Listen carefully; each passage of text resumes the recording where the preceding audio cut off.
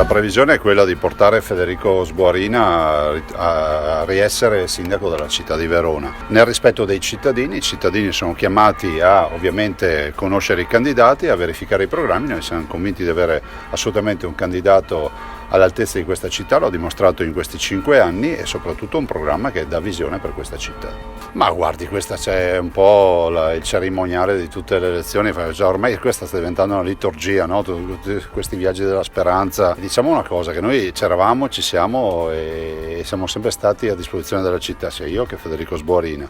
Non è un caso, ad esempio, che questo fine settimana avremo la finale del Giro d'Italia.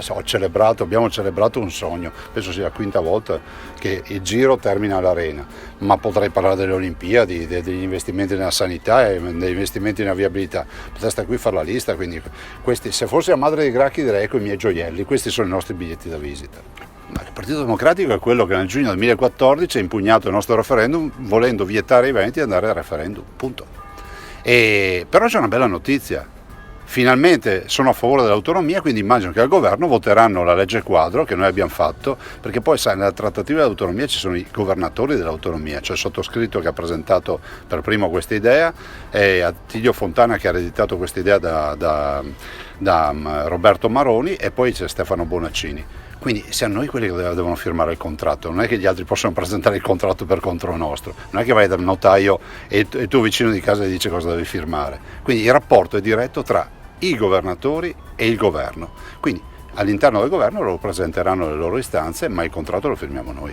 La Lega è la Lega, punto e basta. Carducci chiesero un tema su sua mamma, io lo cito spesso, e lui scrisse mia madre. E quindi penso che la Lega è l'espressione dell'identità, della storia, di tutto quello che è, per cui poi durante la campagna elettorale nascono tutti i colori, no? Come le mie candidature, io sono sempre candidato dappertutto. Abbiamo dimostrato, sia io che Federico Sboarina, che tutti i nostri amministratori, che quando c'è stata l'occasione di nominare delle signore l'abbiamo sempre fatto, e fra l'altro anche in posizioni apicali. Dopodiché questo giro in fiera è andata così, però da qui a crearsi, probabilmente guardi, se le avessimo fatte, se queste nomine la fiera le avesse fatte fuori dalla campagna del comunale non se ne sarebbe neanche accorto nessuno. La verità è che adesso tutto fa notizia, il che non vuol dire che non si debba garantire la parità di genere, ma ci mancherebbe.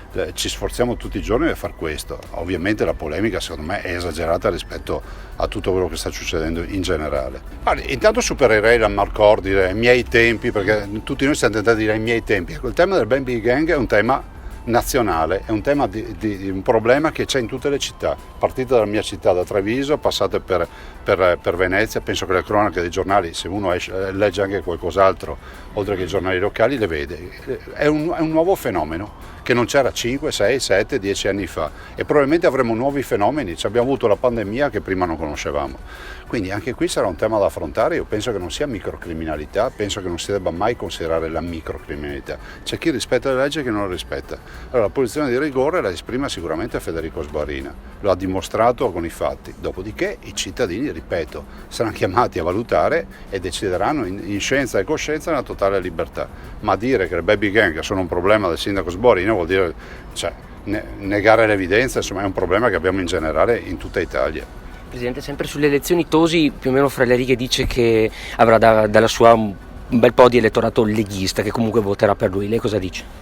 Io rappresento la Lega fino in fondo, sono qui con Federico Sboarina, ci verrà anche Matteo Salvini e ci siamo tutti, cioè non è una contrapposizione personale, è come il campionato di calcio, ognuno ha la sua squadra, non esiste che qualcun altro tira i gol e fa gli autogol, ma se sono 3 o 4 giorni che me lo chiedono tutti, secondo voi ne parlo oggi?